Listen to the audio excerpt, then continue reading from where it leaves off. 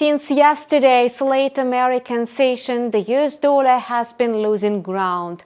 Analysts believe that now the greenback falls in response to weak economic data rather than growth on a positive statistics.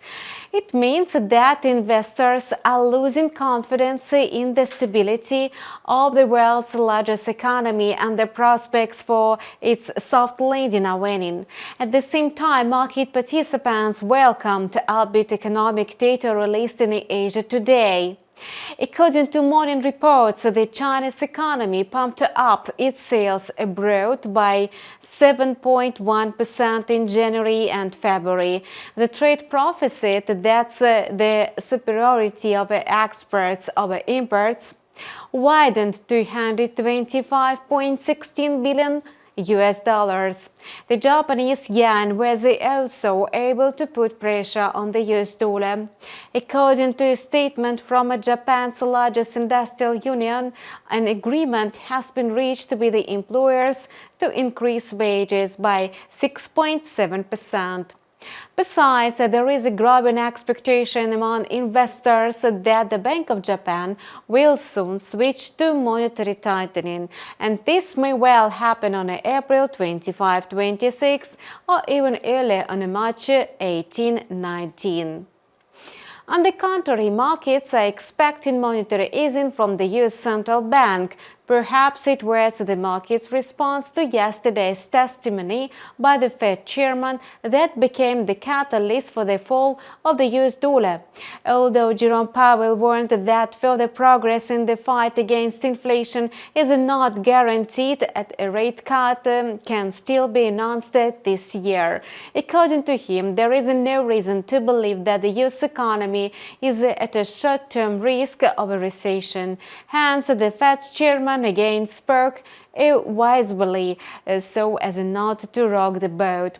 He said it would be appropriate to begin rate cuts at some point this year. By the way, Jerome Powell called a soft labor market one of the main preconditions for bringing inflation to the target 2%. The government employment report will be released tomorrow. Yesterday's data on open vacancies and hiring in the private sector showed that the American labor market remains on a sound footing. For example, the number of vacancies decreased by 26,000 in January, but forecasts expected a larger reduction in this indicator. The employment in private companies expanded by 140,000 in February, but still fell short of the forecast of 150,000. Yesterday, the Federal Reserve published the so-called Beige Book that directly states that economic activity in the country has perked up slightly since early January. In the light of all the news, stock markets went up and reduced the demand for the US dollar's liquidity. After yesterday's volatile session, the benchmark US stock index is moving today almost in a straight line, horizontally or vertically. Taking into account the ECB's decision on the refinancing rate, the S&P 500 currently trading at about 5,120 is ready to conquer new highs.